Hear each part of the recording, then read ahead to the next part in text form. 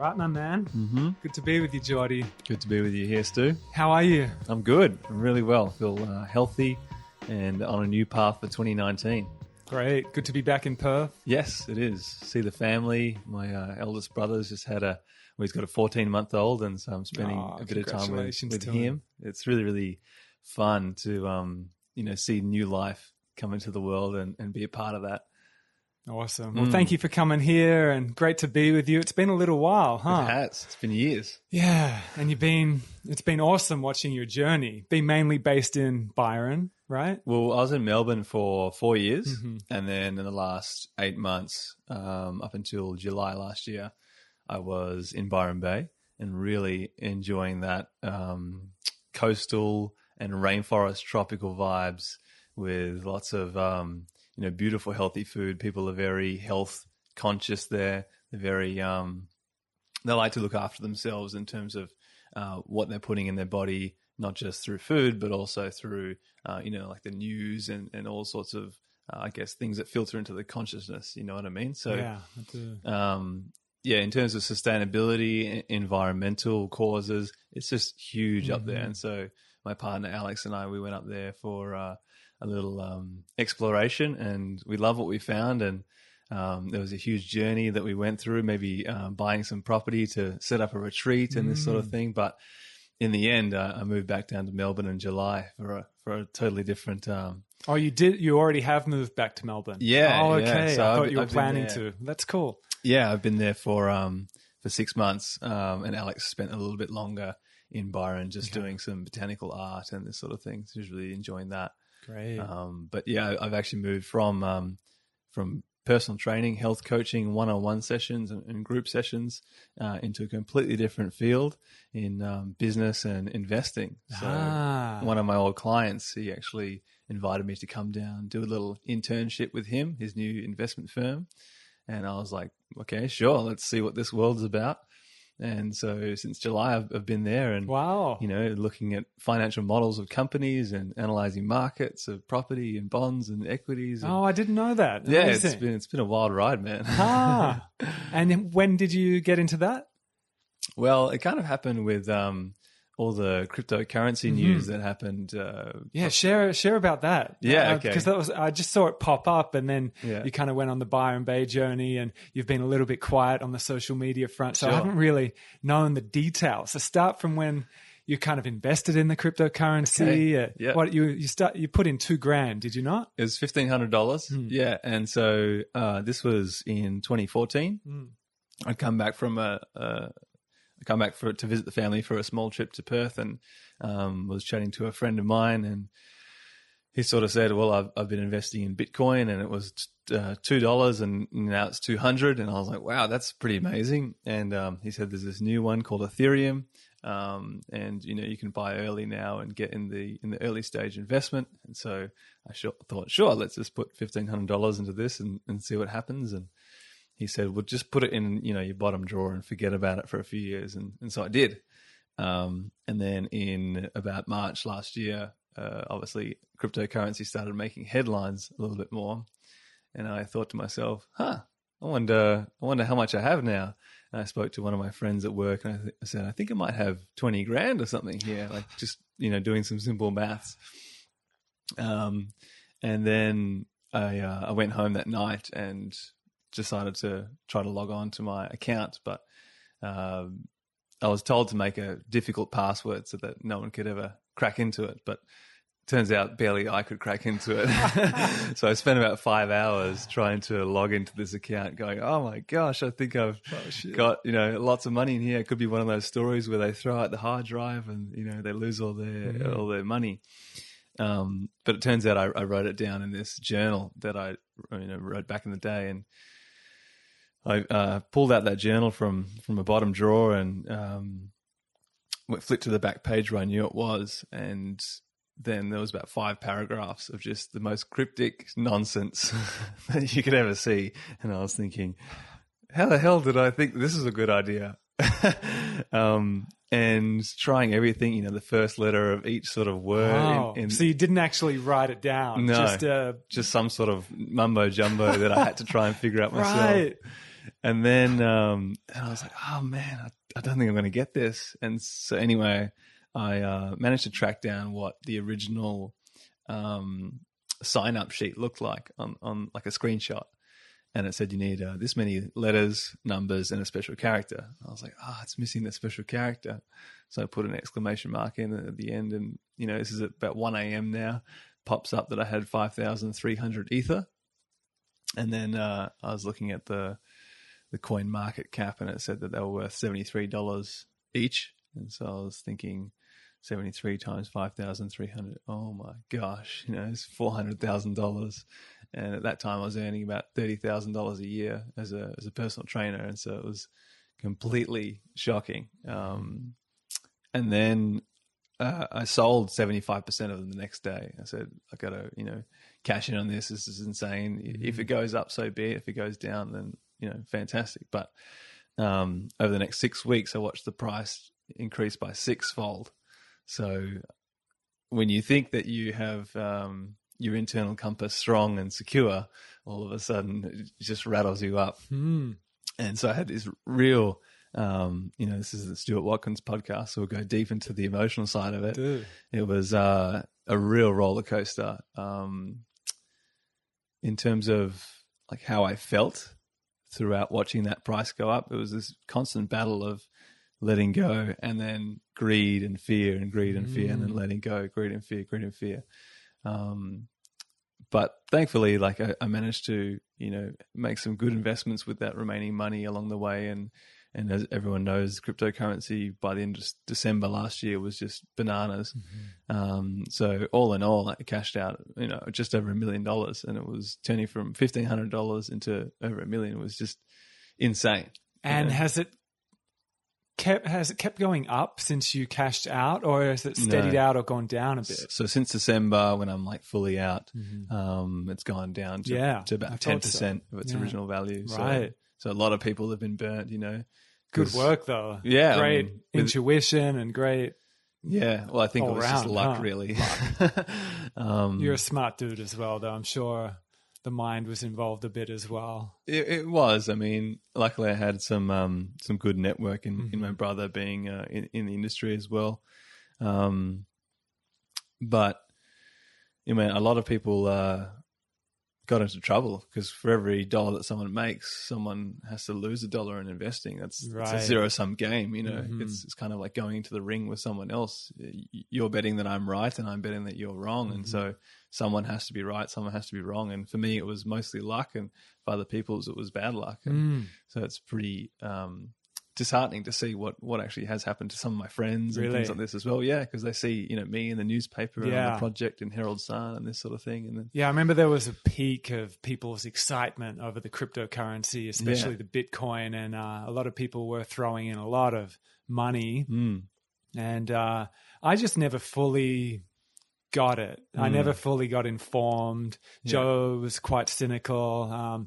I just never fully got it, but I was surrounded by a lot of excitement around it. I saw a lot of people get hurt from it too. Where is it at right now? I don't even know. I think one Bitcoin's worth 4,000 American dollars, and it was up to 22,000 at some point. So yeah, it's come back quite a lot.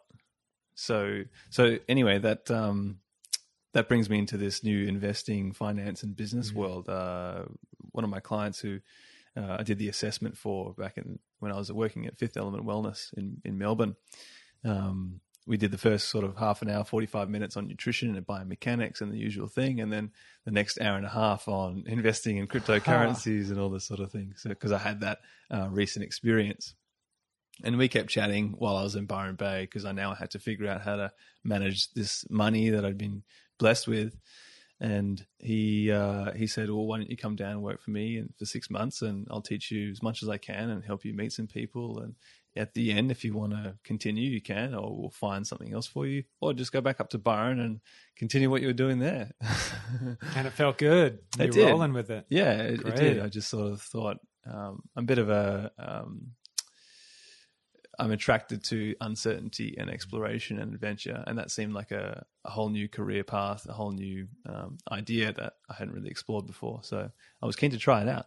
Awesome. And what a blessing to bring in just your beautiful vibes and your clarity. And thank you. I actually love hearing when people go from all the deep, like inner work you were doing and the health and consciousness, and then into like quote unquote like normal jobs, yes. and bringing consciousness into that and good vibes into that. I actually love hearing when people do that. I think it's quite typical in a lot of Eastern traditions where they say, from 25 to sort of 50, go out into the world, try and make something, create a better ecosystem for everyone to live. And you can't really do that if you're living in a cave in Byron Bay trying to just, fulfill your own happiness. Do you know what I mean? I do.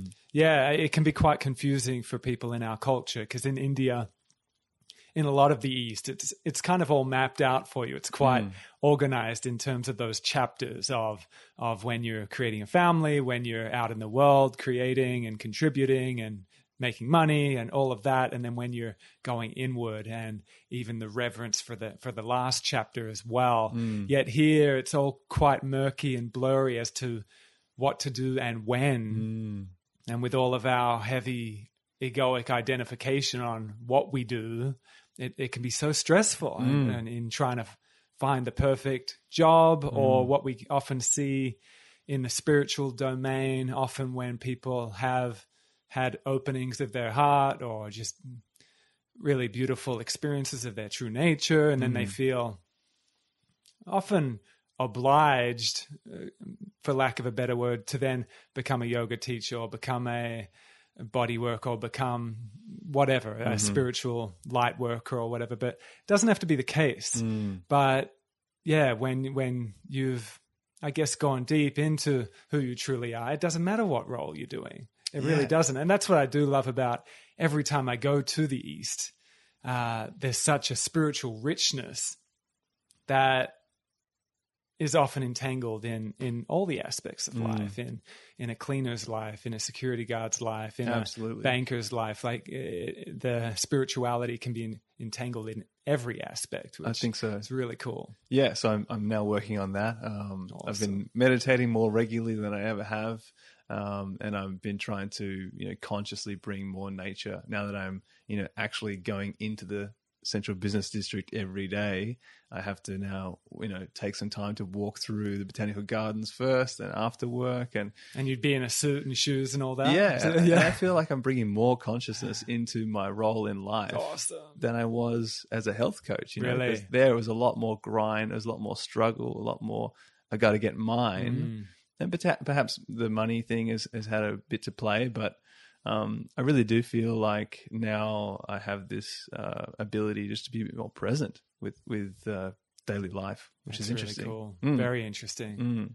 How are you going in the shoes after being barefoot for so long? Oh man, I'm about to get one toe soon. At this point, you straight into those pointy-toed shoes, and it's definitely against my nature.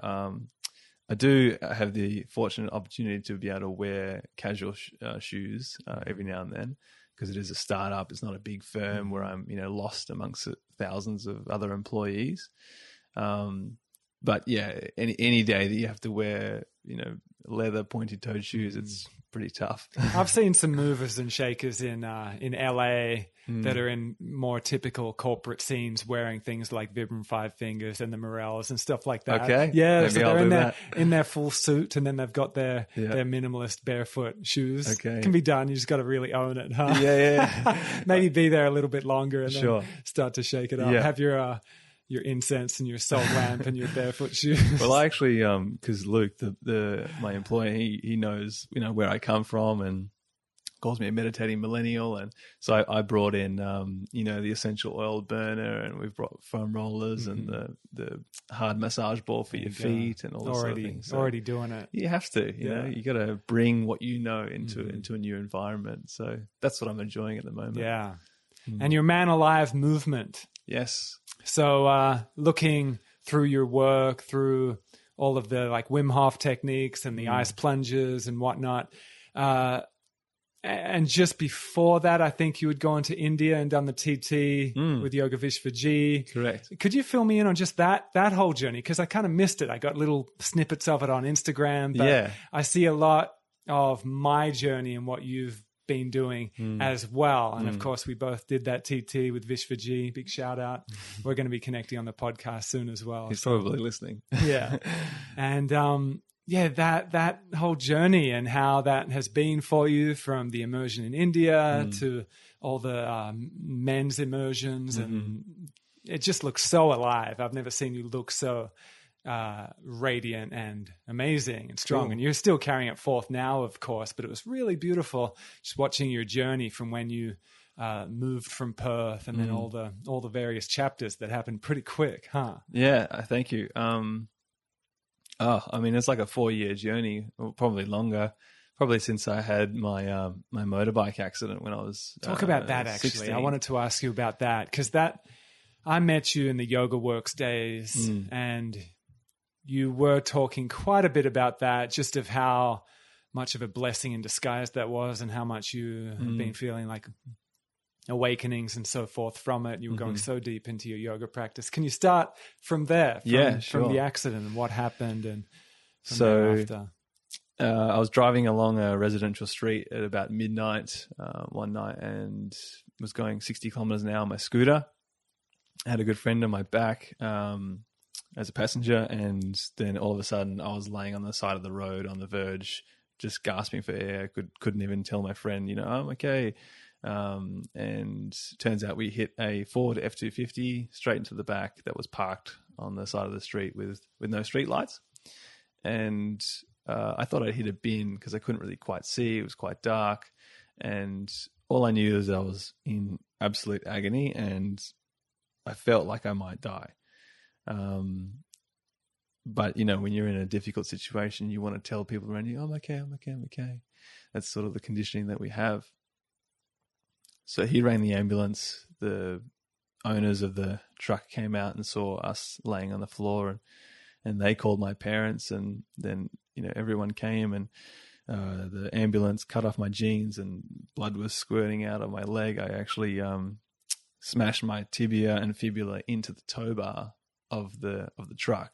So my shin was almost at a right angle of where it should be, straight. And the helmet strap had crushed my windpipe. When my head went forward, it got a bit of whiplash, and so my throat had swollen up completely, and getting air was really difficult. So I remember being in the hospital, and they were saying that if it doesn't calm down in 20 minutes or so, we'll have to puncture the throat and get some more air into his lungs. And I remember the MRI machine with the loud clicking, and I remember them holding my leg and wrapping it in bandages. And then I was in hospital for about a week. Lots of friends were really supportive, came and went, but I was so dosed up on medication I could barely remember it. So that was obviously really traumatic. But I think the real pain was actually going home and being so incapacitated, and also quite isolated. I was very social, very sporty, and I couldn't play basketball anymore. I couldn't really go to the parties. I couldn't go to How old were you? 16. Yeah. All the social gatherings. And so that was really troubling. I just had a difficult breakup with a previous girlfriend before, the week before that accident as well. And so it all kind of culminated in this huge, dark night of the soul experience. And that actually pushed me into, once the recovery phase came, a bit more partying, the bad kind of partying with the drugs, and, late at nights and raves and this sort of thing. And I think that was the only way for me to really feel empathy with other people, which was tough. By the day, you really feel isolated. And this was throughout my final year of high school too. So I remember towards the end, when all the exams started coming up, I just burst into tears in front of my mum and was saying, I can't do it anymore. And yeah, it was a really, really challenging period for me. I remember one night I just couldn't get to sleep. I think all the tramadol and the pain medication and all this sort of thing was just totally ruined every natural biochemical pathway in my body, you know. And so I couldn't sleep, and it was about 3 a.m. and I walked down to the medicine cabinet and I actually poured out like 30, 40 pills of Panadol in my hand, and I was just staring at them for a good 10 or so minutes and just like crying and sobbing, and it was just the love of my family that allowed me to say, you can do it, just push on and you'll get through this. And then somehow I did, you know. I saw a counselor a couple of times, and I think that was my first experience with mindfulness, actually. They showed me how many things can you listen to right now in this room, which I didn't realize was actually meditation, you know. So then I did some bodybuilding and, you know, was into that sort of scene for a while, and eventually put my body so out of shape that a physiotherapist said, why don't you try Yoga Works? You know, Mel and Wendy, really great down there, and they'll be able to help you out. And it took me about 3-4 months to work up some courage to say that I can do yoga, because I thought it was a girl's thing about 8 years ago in Perth. Like, it kind of was a bit fringe back then. And eventually went to a first class, and it was just like life-changing, you know.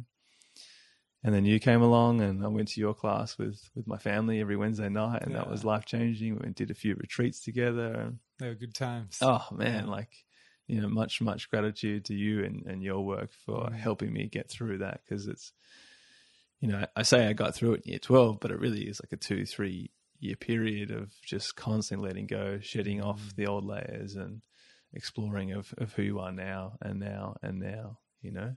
Yeah. So I think that motorbike accident pushed me into the world of health and wellness. You know, I had a lot of really helpful people get me through that period, you know, doctors, surgeons, physiotherapists, chiropractors, everyone, right? And so then I wanted to be a physiotherapist, and I didn't get into the school that I wanted to get into, so I did biomedicine instead. And then I was on the path to become a medical doctor, but that didn't end up happening either. So then I went to Melbourne and started studying osteopathy. And about 6 months into that schooling there, I had a full-time job at Fifth Element Wellness in Melbourne, which is a holistic gym. And most people don't go, well, it's a holistic gym. Well, like, they had a doctor on site where we did blood chemistry tests and stool analysis, and you were chatting to Jeremy Princey the other day about that. And then we also had infrared saunas, and we did yoga as well as the strength and conditioning. So that's great. Yeah, it was a great system, like a one-stop shop where you could come. And then we added like cold tubs and this sort of thing. It kept evolving. And my background in like tertiary education and health allowed me to really learn from my mentor, Dave, about all the blood analysis, about all the stool analysis, the microbiomes and different, you know, blood chemical markers. And I started really developing myself as a coach and as a personal trainer in that world. And I actually just let the osteopathy studies go. So I had 2 more years of that. I decided to not go ahead, as I was already doing what I wanted to be doing. And so I was working really, really hard in that space, and probably about 60 plus hours a week, most days of the week, you know, usually 7 days a week, and developing a corporate wellness program, as well as writing my book, as well as training, you know, 30 clients, teaching a few classes. I taught a bit of yoga, gymnastics, and strongman. And then doing blood chemical analysis for other clients that came in, and just like a whole package that really allowed me to feel like I was living my dream, living my purpose. And then I guess at the end of 2017, I just felt like I was so burnt out from such a long, hard stint that I had to go up to Byron Bay and really just recharge my batteries, I guess. So I guess your question was like, tell us about the Man Alive thing. So that's kind of my background of what I was doing. But the Man Alive thing came about because I felt that real pain and darkness and lack of health, right? When I first arrived at Fifth Element, I was covered in hives from here up due to stress and poor diet and maybe just a bit of bad luck with genetics as well. And I was so motivated to get healthy that I did some leaky gut protocols and, learnt meditation and started doing much more breath work and jumping in ice baths and researching actually what happens to your body in nature and spending more time out there. And so that I wanted to really just help other men get in that same space. If I could compile everything I knew into 200 pages, well, then I should do that. And so in December, I published the book, Man Alive, Free Your Mind, Reclaim Your Health, Discover Your True Nature.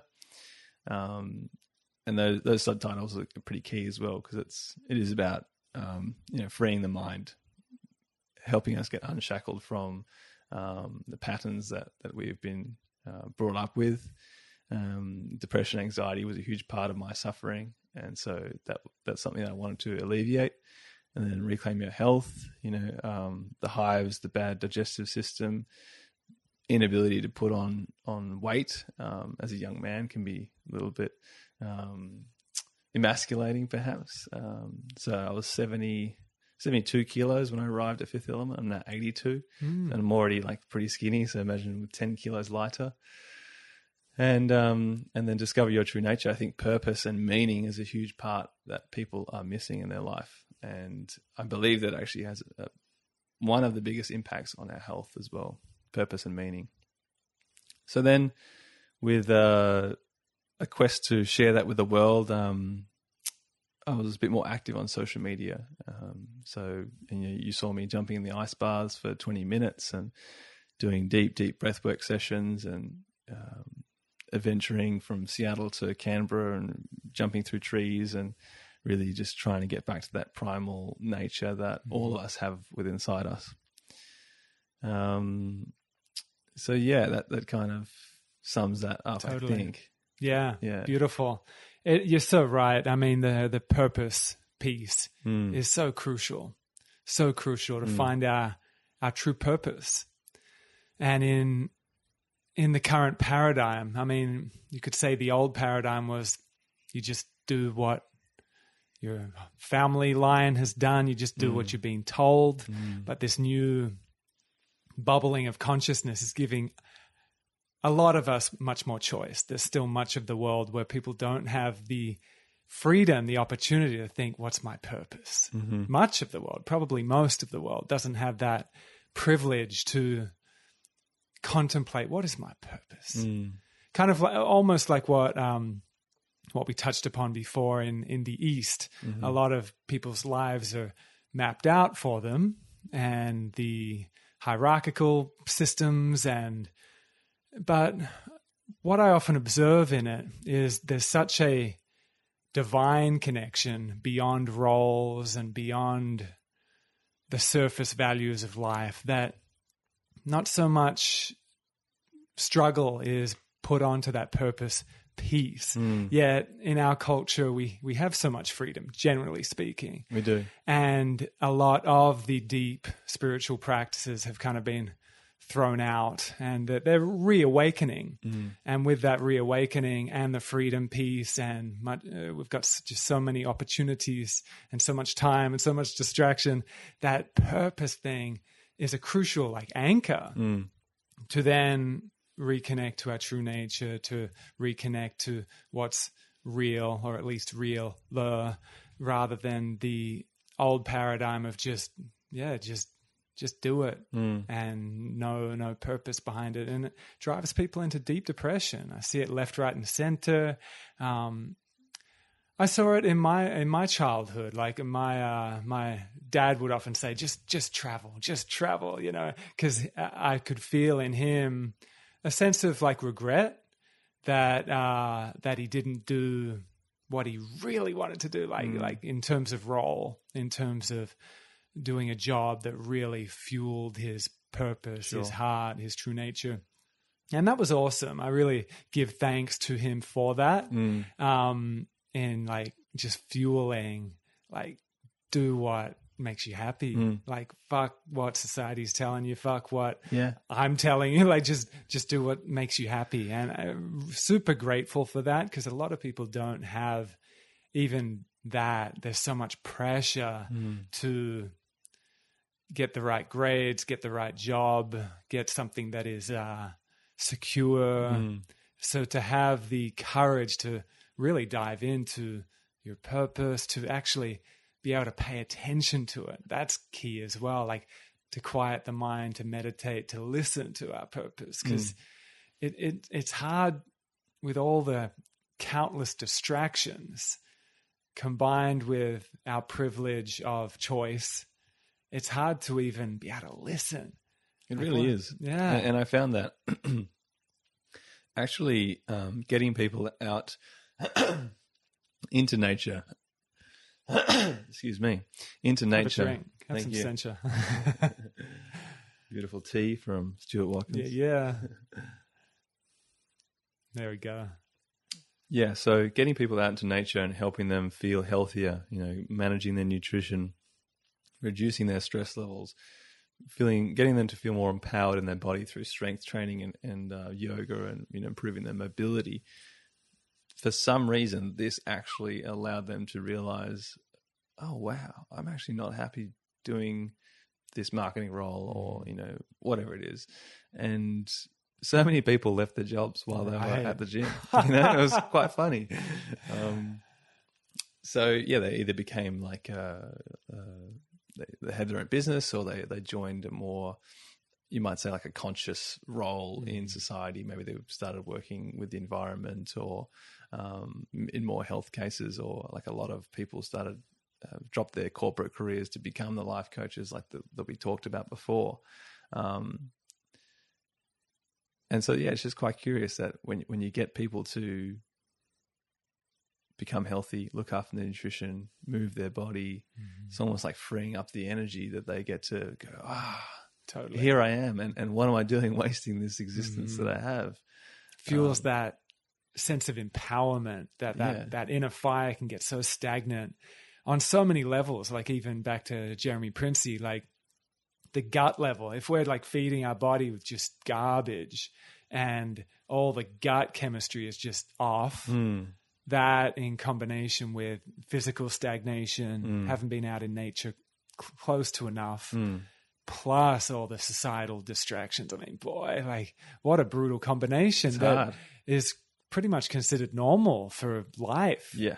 Insane. But generally speaking, it's normal. Like, that's where our cultural center of gravity is still at. For sure. And that's why the question, like, what would you do if you had all the money in the world? It's a really hard question, because I actually had to ask myself that for a while. And I couldn't really come up with any meaningful answer. It's like you really have to stare into the abyss and see what comes back. And so that's sort of where I was going to Byron to look at land and maybe set up a retreat center and do all this. But the closer I got to it, the more I realized that this was an old dream that I had, like an old sort of, it's a dream. And then I looked at sort of, do I want to do online coaching? Not really. Do I want to do personal training? Still not really. I'm kind of finished with that. And so I was kind of in Byron Bay, just sort of going around in circles a little bit, enjoying my training, really enjoying that community, but ultimately my purpose was lacking. And I could feel that if I spent too long there, that would have a significant effect on my energy systems. Wow. Well, good on you for being able to pay attention to that. Thank you. Yeah, that's really interesting to hear. I didn't actually see that coming, to be honest. I know at Beach Yoga the other day you mentioned that you were moving back to Melbourne. I didn't get the piece that you were already there and already in that whole scene. So I suppose we don't really have an apartment yet, so maybe that's why I use that language. Yeah.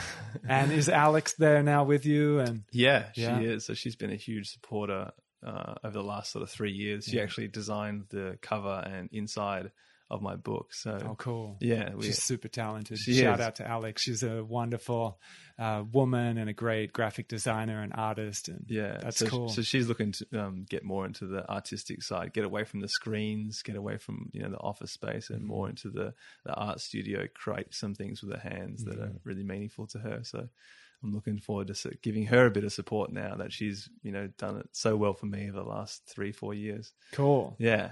Now, I want to just pick your brain a bit with where you're at nutrition-wise. There's so many debating thoughts on nutrition, and there's a lot of new fads that seem like old fads with new names on them. And there's quite a few like mini kind of diet wars going on. And I spoke to Jeremy a little bit about it. Yeah. I'm speaking to quite a few people about it, and I'm enjoying getting all these different opinions as to what feels right. What feels right to you in terms of optimum nutrition right now? Yeah, I think I echo Jeremy's thoughts, and he was really he didn't really emphasize it a lot, but he did mention it, and he said that it's such an individual thing. Some people will perform really, really well on a ketogenic style diet. Others who are closer to the equator, feed an Indonesian man a keto diet and watch him put on body fat like crazy, feel lethargic, sluggish. Like if you grew up and your genetics are from the equator, high carbohydrate diets are going to be fantastic for you. They eat lots of fruit because there's mangoes, there's pineapples, there's bananas everywhere. But if you give an Inuit all those fruits, well, they're going to really struggle as well. So we have to really balance out where people are from, what are they doing now, where are they living now. And I see a lot of people not eating according to their stress levels. And so there's a big, fad with fasting, intermittent fasting, which can be fantastic. Again, like amazing for autophagy, like cell clearing of all the dead and dying cells. Like it's been shown to help promote anti-cancer genes and so much, right? But a lot of people are starving themselves. They're missing out on certain nutrients. They're actually running on low energy, and they start the body starts breaking down. Osteoporosis is essentially like a nutrient deficiency for bones, and so a lot of middle-aged to mature women will actually be eating far too little for their hormones, for their bone structures, and this sort of thing. So that's another thing that I really see as an issue. For me personally, like I do quite well with proteins and fats sort of in the first half of the day, and then proteins and carbohydrates to the second half of the day when I've usually done a bit more activity. My skin's seen a bit more sun. And then, those carbohydrates sort of start winding down that circadian rhythm. So yeah, it really is such an individual question to ask, like what's the best nutrition. That said, like it's pretty clear that we know that hydrogenated fats and vegetable oils are bad for you. It's pretty clear. We know processed sugars and pasteurized and homogenized dairy is not that great for you. We know that antibiotic ridden margarine's meats, not good for you? No, absolutely not. I think I was brought up on margarine, on the low fat thing, like low fat margarine, the low fat Kraft singles, and like low fat ham. I think I was like that with white bread. With white bread, that was like it. Perfect. Keep going. Yeah. So yeah, and I think like water's a huge thing as well. People aren't hydrated enough, particularly with good quality waters. Yeah. In fact, magnesium used to be spring water was the best source of magnesium back in the day. Now our tap water has 0 magnesium, so a lot of us are magnesium deficient. Is that right? Yeah. I haven't heard that. Yeah. I really only take usually just 2 supplements. That's zinc in the morning, magnesium at night, and that's kind of my maintenance thing. Perhaps after this Christmas period, I might do a bit more gut repair sort of supplements and be very, very careful with what I eat. I would say just to get back into the rhythm and repair, I guess, the festive period, right? Yeah. So yeah, like avoid the toxins. It's more about what you don't eat than what you do eat. Yeah. Like you and I generally have a pretty similar diet, way more similar than there are differences. And so let's focus on like what we're avoiding rather than like what we're trying to consume. A lot of people, they focus on the superfoods. They get this for that and this for that and this for that. But I think that if you just avoid like the 4 or 5 bad things that you should, like generally you'll do pretty well. Yeah. Move, get out in nature. And then as Jeremy was saying as well, listen to the body. Like if you're eating white bread and feeling sluggish, maybe just give it up. Yeah. Yeah. So that's kind of what I see a lot of. Cool.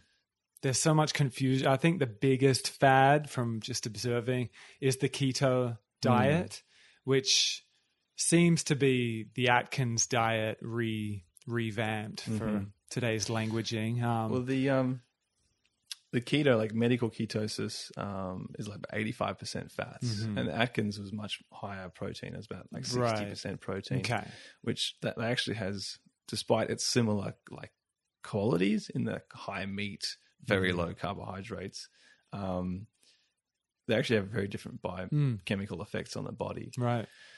And so the medical ketosis diets can be amazing for Alzheimer's disease, cancer, epilepsy, like autism, a lot of stuff.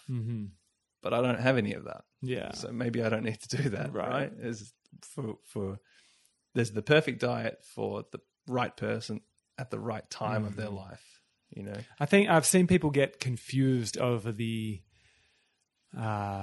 science behind it as to what figures to stay in that ketosis realm. And I've seen some people do radical things of bringing in the intermittent fasting and then trying to get in the right amount of fat and protein in 1 or 2 meals, and just like, that doesn't seem... It's like a whole leg of ham. Yeah, it's like a whole cow and a whole 2 sticks of butter, like in one. That seems a bit... well, the digestive system can't cope with it. Like, it's never, ever experienced a whole stick of butter in one meal before. And so the gallbladder is just going, squeeze out as much bile as we can. But, I can't imagine what the toilet looks like after that guy eats that meal. And sleep, and it just wouldn't feel good. It just, common sense tells me that, let alone our inability to digest it. Definitely. So what is just to get your expert opinion on it, for someone to stay in that ketosis in a healthy way, to stay in the benefits that you just spoke of it being able to reverse certain illnesses, what do you feel is a kind of optimum day of eating to do it sustainably, not just for 2 weeks or not just for a month, in which you get a bit more shredded, but so it actually is healthy, not just like the Atkins diet in which it helps you get a bit more shredded, the actual ketosis that'll help you with some of those illnesses and so on. Sure. Yeah. I mean, to do ketosis properly in those right ratios of macronutrients, you're going to have to eat meat. I find it it's going to be very difficult to do unless you just gorge on coconuts, all day, every day. It's going to be... That'd be fine. Yeah. I mean, if you're in Bali or... Yeah, but some people do react badly to coconuts. Right. And so like maybe they do better with organic pasture-fed dairy products or pasture-raised, antibiotic-free, hormone-free meat products.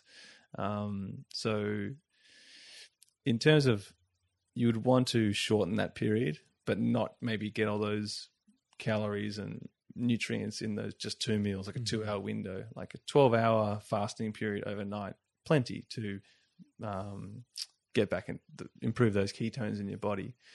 And then you definitely want to avoid carbohydrates in the morning. So I would get rid of fruits. I would get rid of, that seems to be pretty common, breads, grains, that sort of thing. So it'd probably be meat and vegetables until about midday, and then probably more starchy vegetables later in the evening, like carrots and sweet potatoes and things like that.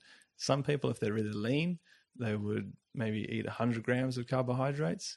They could eat more than 100 grams of carbohydrates. Some people, if they're obese, like 20, 30, 40, 50 grams of carbohydrates, maybe all they can actually consume to stay in that perfect in the whole range. Day. Yeah, in the whole day. And that's nothing. That's like, you shouldn't be really... It's like an apple. That's like a... Well, you shouldn't really be eating carrots almost. Right. But yeah, for myself, it'd be very easy. And the more active you are as well, the more carbohydrates you can consume, because you basically deplete the glycogen in your muscle tissue. And so anything that you eat that has carbohydrates in it will store in the muscle tissue, replenish the muscle tissue, rather than being processed into glucose through the liver. So again, it's really individual. What's the perfect day for eating into ketosis? It's kind of depends on who you are. So it's tough.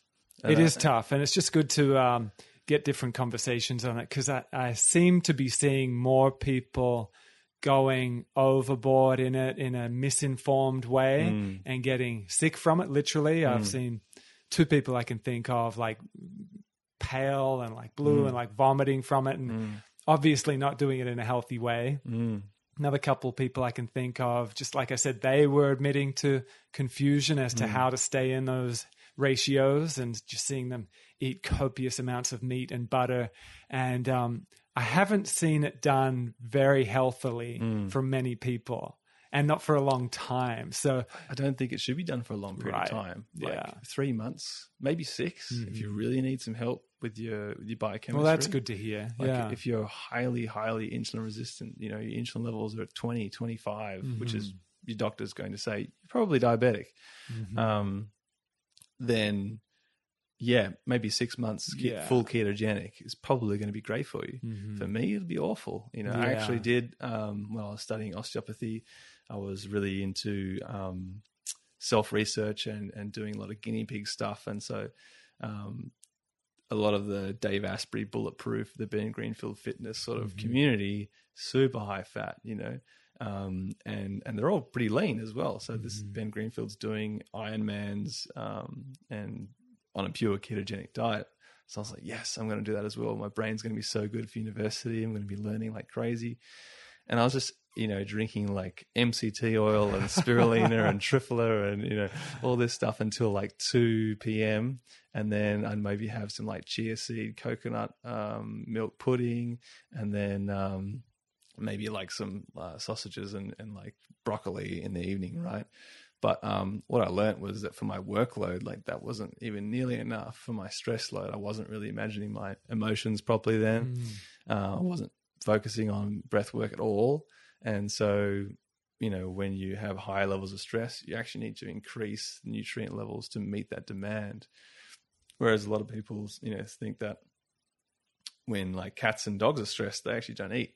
But they're not stressed all the time. They're not stressed for 6 months straight. It might be like an hour that they get stressed and they're not eating.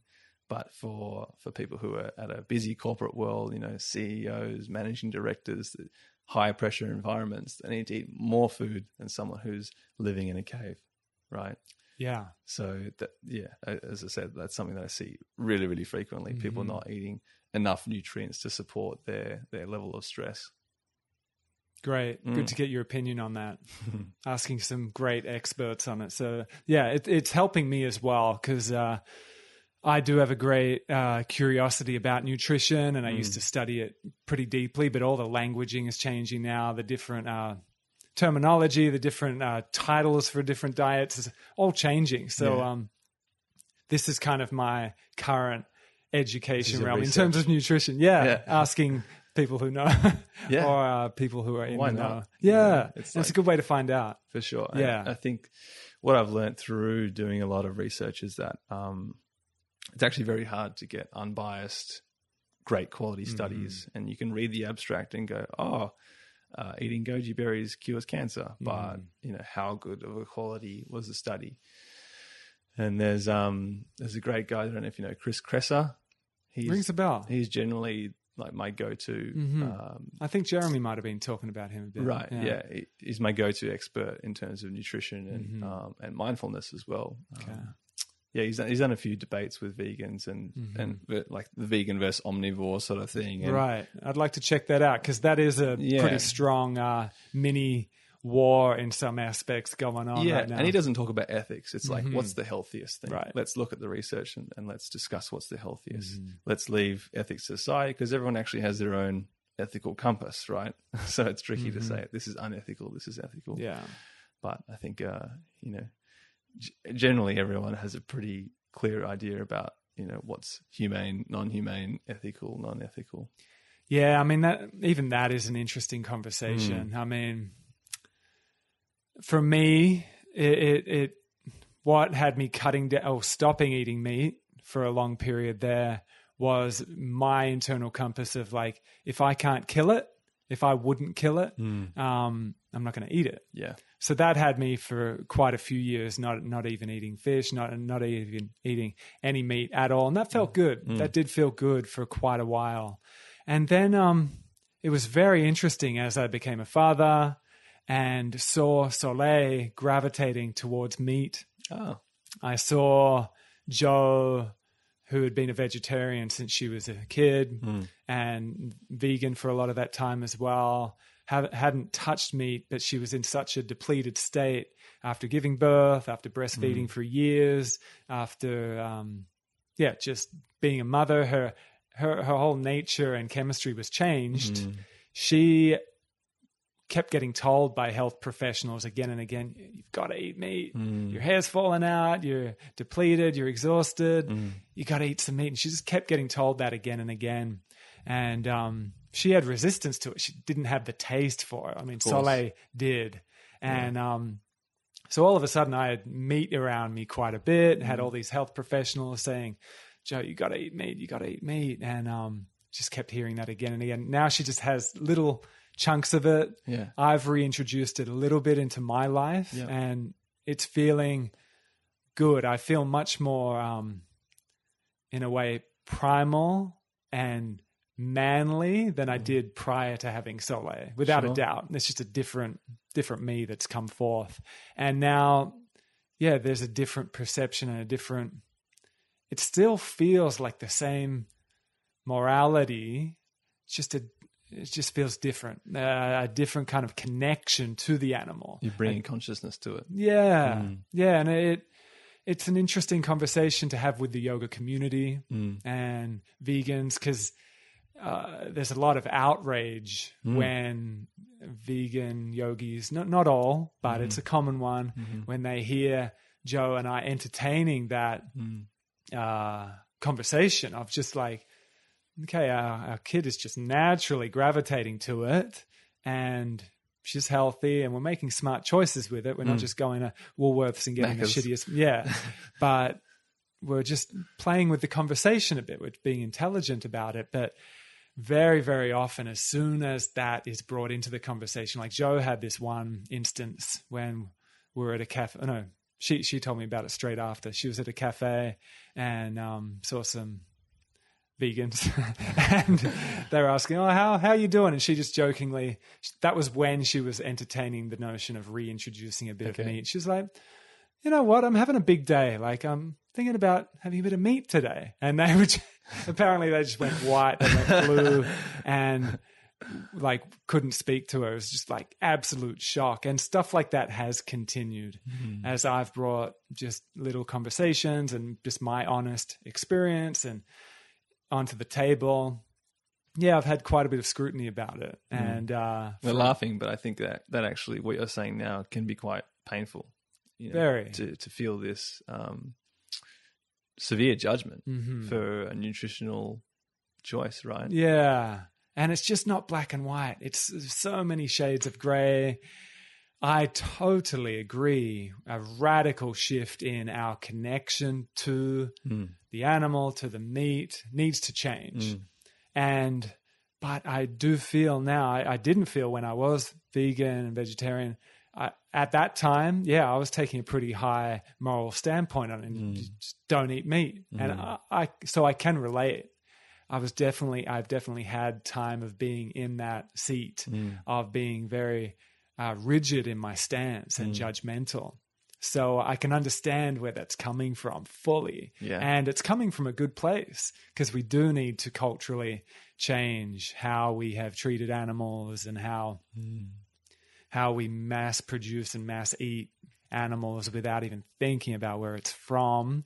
I agree with that fully. It just seems like the pendulum, the conversation, I think it's gradually coming to a more intelligent, broad perspective, but it's been very interesting kind of being in the middle ground right now. And I've been speaking with Heath quite a bit about it as well, because he's kind of a leader in the raw vegan community. Yes. And he gets a lot of flack on that as well. because his conversation isn't just on the left or just on the right, it's just on carnivore, just on raw vegan. It's kind of in the middle now. Yeah. Like, no, let's have a proper conversation about it. Whenever we play teams, we seem to get into trouble. Yeah. Your team versus my team. Yeah. Yeah. And it doesn't need to be like that. Doesn't need to be. That's why I'm enjoying this kind of conversation of getting vegans on, getting carnivores on, getting people that are doing yoga in this way, getting people that are doing yoga in that way, getting people that are bringing all of this back into the corporate world. Like, that's what I'm really enjoying right now. Like, multiple perspectives into let's all talk. I think I felt a little bit of that when I told my old clients, I'm stepping into finance now. It's like, because especially in Australia with the banking Royal Commission and all that, it's like, you're now the evil, fat old man in a suit, wear the devil horns. Yeah. But like you say, like, why can't I bring that open-heartedness to finance, to investing, to business? Ultimately, I actually want to create some or help others form some sort of environmental sustainability strategy. So when I was in Byron, actually, I don't know if you know the Seabin project. Yeah. So they install bins basically in marinas and yacht clubs and harbours, and they have about 2 tons of marine litter come into these bins every single day. And 2 tons. 2 tons every day, just with 500 of these sea bins around the world. So they're looking to get thousands of these things in Fremantle and everywhere, right? And so I was chatting to him, and turns out he's looking for investments. So I brought that back to Melbourne. I was saying, Luke, let's have a chat with Pete and see if we can help him out. See if there's a mutual deal that happens, and that's what I'm really excited about, is helping people who are really trying to create positive change in the world get the money they need to do that, because money is sort of this currency that flows around the world that people need to do great things.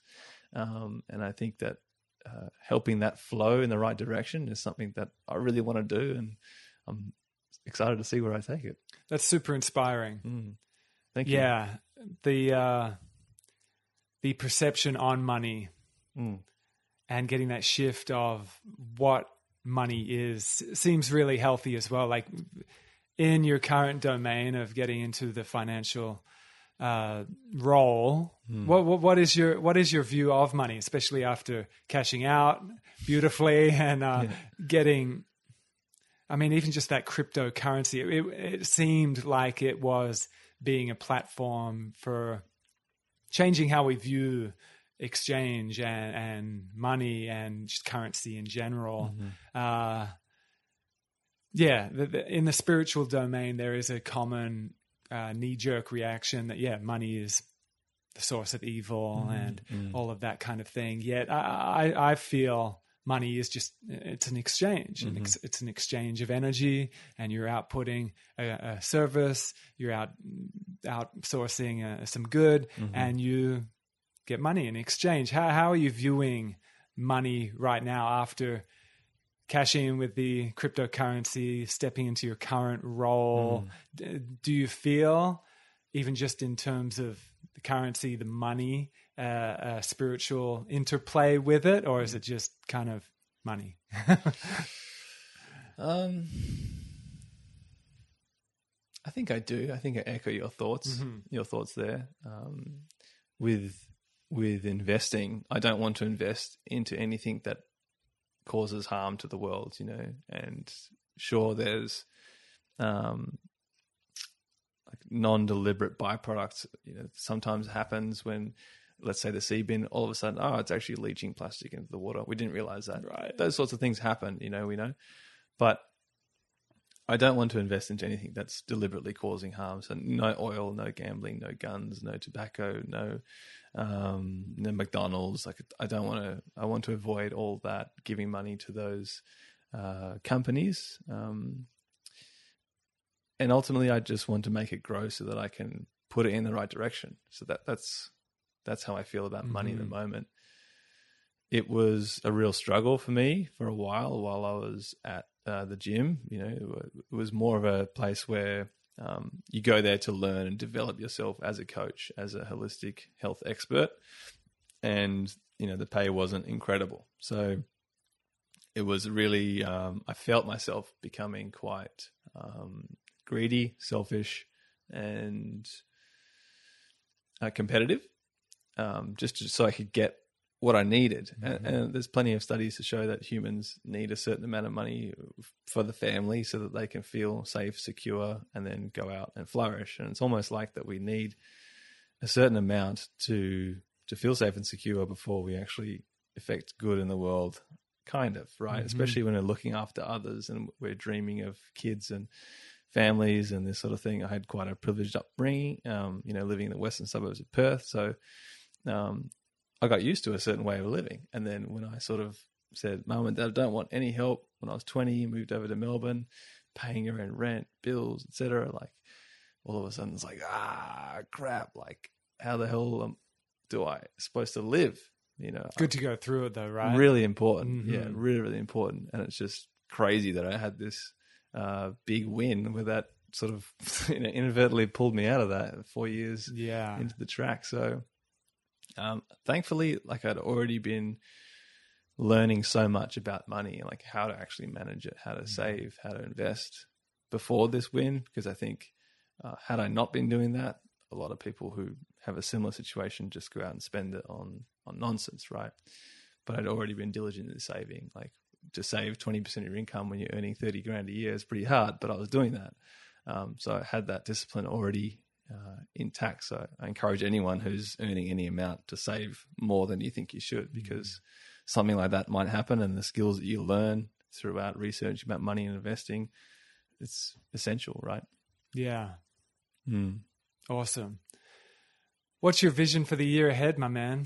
First week of the new year. Yeah. Do you have any visions you want to share with me, with the listeners? Sure. I think this year for me is about routine. Last year in Byron, lots of travel, a lot of lack of routine, and I felt my energy being really scattered. I was watching more YouTube than I should have, right? Bit more Facebook than I should have, and felt the ambition, the manifestation energy kind of leaking, right? I couldn't direct my energy in the right spaces. And so this year, I think that when we go back to Melbourne, we find ourselves in an apartment, we set it up, and I get this routine back and just get the wheels spinning in the right direction. And so I'm going to start a business analytics course at Harvard online. So that's pretty exciting. Next week. And then I might do a CFA, which is a Chartered Financial Analyst course. So really knuckling down to like developing again. I spent a long time from pretty much straight out of high school through the biomedicine and then osteopathic medicine, like developing my skills. And then those 3-4 years at Fifth Element, like sharing my skills with the world. And now I feel like I'm back at that redevelopment phase. I got to go learn a whole new career path again, right? So now it's kind of like routine and learning and development for me this year. I don't really have huge, I guess, career-changing goals right now. I think once I get the wheels in motion, those things might come back through. I want to get back into training a lot more again.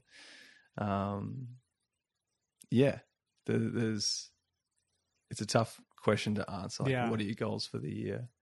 I was writing them down last night, but I feel that there is some more clarity to gain first before I really feel certain about what it is that 2019 is going to bring. Beautiful. Yeah. Yeah, I often don't set goals. Yeah. I used to set goals religiously, fanatically, and it was very effective. There's such power to writing down our goals, writing down our vision, the vision board, manifestation, technique. Totally.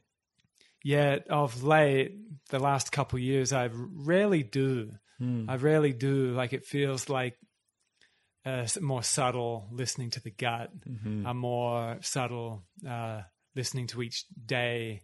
I definitely appreciate routine as well. I really feel that helps me. But in terms of goals, I often hold off every now and then. It's just a kind of, there's definite value to it, without a doubt. For sure. Yeah, I feel it's also healthy to kind of, have that more subtle, just listening to the goals, and kind of like, I feel it be like farming, just kind of tending to the garden every day. You know? Definitely.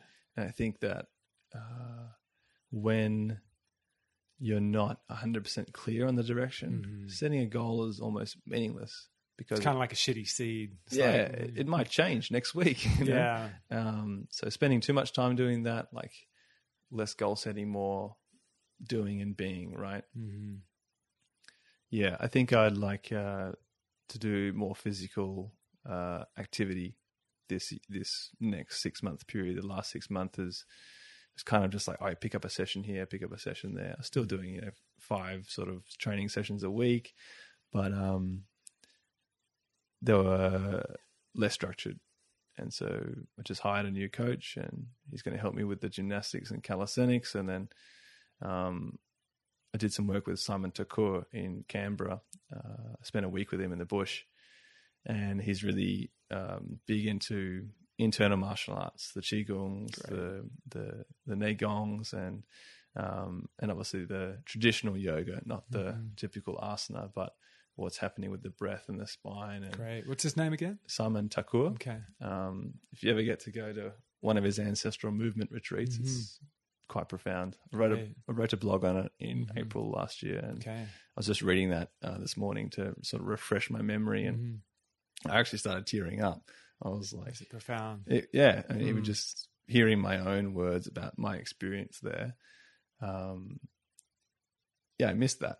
I think, like, it was so primal. Like, you go out, wake up in the morning before the first, song of the birds, and then jump in the cold lake, and then the first session starts, and we just stand there, feet in the sand, Tadasana type position, gazing at the world around us for a good 20 minutes or so, just feeling.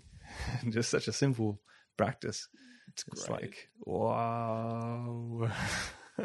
Waking up like that is optimum. Yeah. It's amazing. I've been waking up each morning and just jumping straight into this pool here, and then just sun gazing as the sun comes up. Not each morning. It's a bit less predictable with the young baby Lani, but most mornings jumping in there, and it's just glorious to immerse straight in the water and then get feet on the earth and gaze at the sun as it rises. I mean, that really is a perfect start to the day. Does Soleil join the cold She plunges? does now, actually. Cool. As soon as we started calling it a cold plunge pool, she started jumping in. When we were just calling it a pool, it was just a cold, because it doesn't warm up. It's not leisurely. And she's used to being in Hawaii in the warm water, so she wouldn't swim in it. But as soon as we've been calling it cold plunge pool, isn't that funny? We have a little mantra it's a joking mantra that we're cold plunge heroes. So cold plunge hero, and then she jumps in and she loves it. Great. And then we're all just laughing and giggling. It's a great start to the day. Totally. But that sounds amazing, man. Yeah. The cold is really something that's everyone should be experiencing, whether it's a plunge pool or a stream that you have, if you're lucky to have that nearby, or a cold shower. Or if you can, bring some mates around, get 10 bags of ice and chuck it in your bath. A lot of people are doing that now, see what you can experience. It's great. Yeah. Have you done one before? Yeah. Yeah, it's wonderful. And with Cam working at West Coast Fever, they've got a continuous, like, renewing cold tub thing. Yeah. So I want to check that out as well. Yeah, the invitation is there.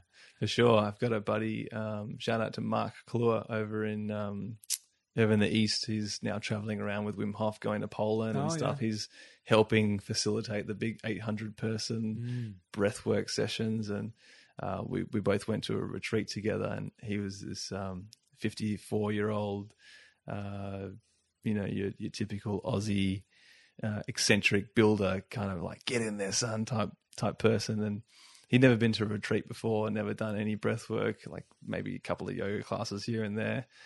And he just got absolutely blown apart at the Wim Hof retreat. You know, he was just wailing in tears and his heart just went, wow. And so now he sold his business. He became a Wim Hof instructor. And now he's building a huge shed and house on this 70-acre block of land out inside of Melbourne. Wow. Wants to bring people there. And totally. Huge. This is 2 years ago, you know, just.